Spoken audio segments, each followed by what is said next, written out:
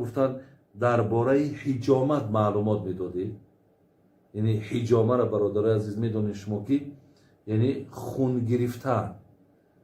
از سرامون میگیریم، از پیشانی هامون میگیریم، از رخسارها میگیریم، ببینید از پشتا، از پای هامون میگیریم. یعنی چندین موضوع های هست که یعنی از اونجا حجامه میکنن. من حاضر از حدیث های پیامبر در باب حجاره و شما میخوانم برادر عزیز.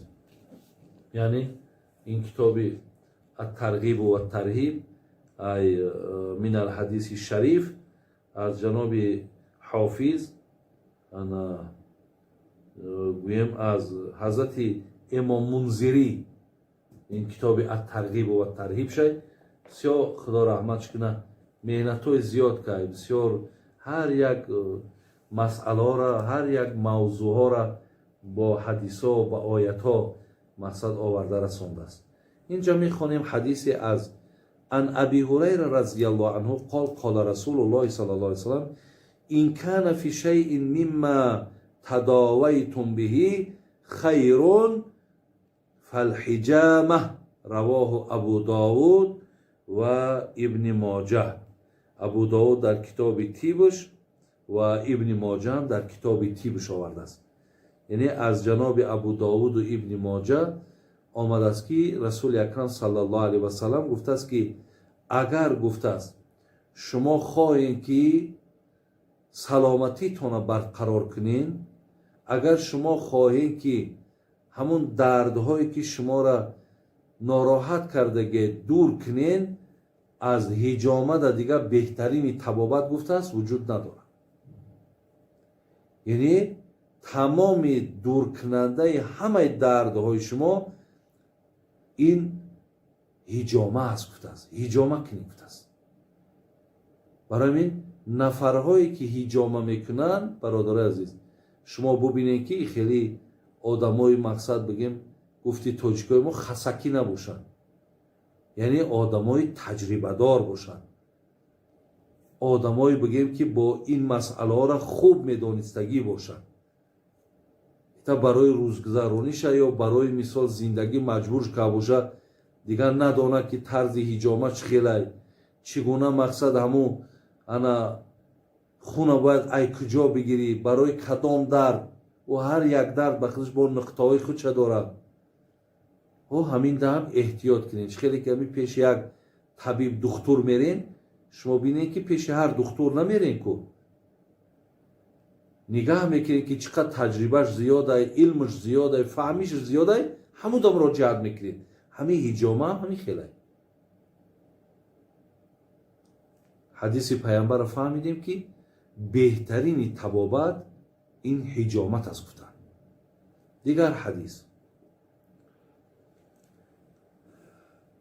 باز از زمین حضرت امام ابو هریره اخبرنی ابو القاسم ان جبرائیل اخبره ان الحجم انفع ما تداوى به الناس رواه الحاکم. جناب امام حاکم این حدیث آورده است، گفته است که پیامبر نازنین جبرائیل خبر داد که با امتات بگو که یعنی حجامه این چی است، از همه در نفعش، از همه در فایده زیاد برای سلامتی امتت انمی حجامه داره. ولی در یک کتاب دیگر خوانده بودم که در شب معراج هم در وقتی که پیامبرمون به دعوت الهی رفته بود، ملائکه ها که از بس که پیامبر نازنین مون دوست می داشتن، اونها مقصد یک بگیم هدیه برای پیامبر چی گفتن؟ گفتن که امت بگو که حجامه کنن، یعنی برای برقراری سلامتیشون حجامه کنن. حجامه دور کننده همه مقصد بیماری ها های.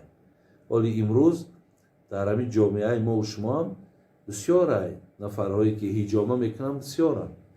حتی رسما هم هست، رسمیش هم وجود داره. بعضی آدم هایی که مثال پنهانی هم میکنن لیکن رسما و آشکاراش هم هست. برای همین این بسیار نفرهایی که من از آن جمله برادر عزیز خود ما مثال میارم، یک زمانی همین حقیقتا همین سردرد بسیار حالمان بد کردگی بود. تا جایی میشید که همین زمستان ها دا برف هم میگرفتیم در بالای سرمون میموندیم. الحمدلله رب العالمین ای زمانی که همین هجامه را خب بگیم متخصصاش پیدا شدن و خواندیم در حدیث ها، نزدشان رفتیم هجامه کردیم، شکر خدای مهربان که از همون دردها دور موندیم. یا پایه هایی که درد میکند همون موضع را نشان میتی، همون مردک از همون جا هجامه میکنه همون دردهاتون دور میشه. اکو مردم ما که در اطراف هجامه معلومات نداریم یا اینکه این چیزی نوای، این اصلا در دولت های پاکستان و در دولت های مثال ایران و در افغانستان و در عربستان اینها دا از پیش گویم که اینا آگاهی داشتن، این مردم به همین چیز که سر کار داشت، این در تاجیکستان ما چیزی نوای و بسیاری مردم میترسن. ولی دانیم برادرای عزیز که این به موافق حدیثایی که من خواندستم بسیار برای سلامتیتان خوبه، بسیار برای سلامتیتان نغزه. بعد دایی خراجات هم کم ترکه، اون مبلغ زیاد هم در اینجا صرف نمی شود. حدیثی دیگر می خونیم. خب عن ابن مسعود رضی الله عنه قال حدث رسول الله صلی الله عن لیلة اسری به انه لم يمر على ملائ من الملائکه الا امره ان مر امتک بالحجامه. رواه ترمذی. امام ترمذی هم برادر عزیز این حدیث در کتاب طبش آورده است. همون سخنی که در بالا گفتم، یعنی پیش هر یک ملائکه که پیغمبرمون میگذشت امرش میکرد که امتو تا بگو که حجامه کنن. خب اینجا هم حدیث دیگر هم از ابن ماجه همون عیناً همون چیزی که گفتم همون هم باز اینجا تکرار هم با آورده است.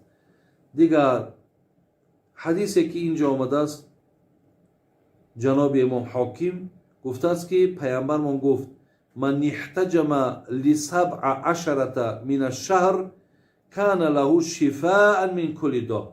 پیامبر من گفته است هر کسی که هر ماه در چسله 17 اگر حجامه کنه از جمیع بیماری ها شفا می‌یابد. مقصد 17 ایتری ینور و فوریه و یورا نه، از ماهای هجری حساب کنید شما. این امروز 28 ذوالحجه، ببین اینا پگاه 29 ذوالحجه. انا که از مثال که میبینیم این ماه 29 یا 30 مثال محرم میآید.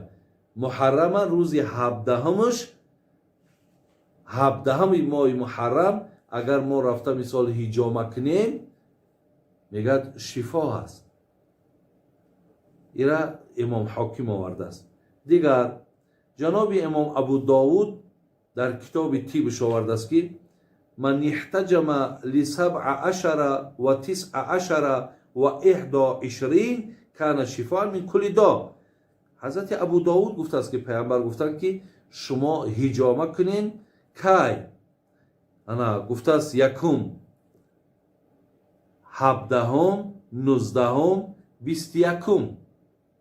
17، 19، 21 همین ماه ها هر کدام روزش که شما مقصد اگر همون روز توانین از همین 3 روز در یک روزش خواه 17، خواه 19، خواه 21 شما رفته مقصد حجامه کنین. این هم گفت از جمیع دردها خداوند شفا تا میده. دیگر حدیث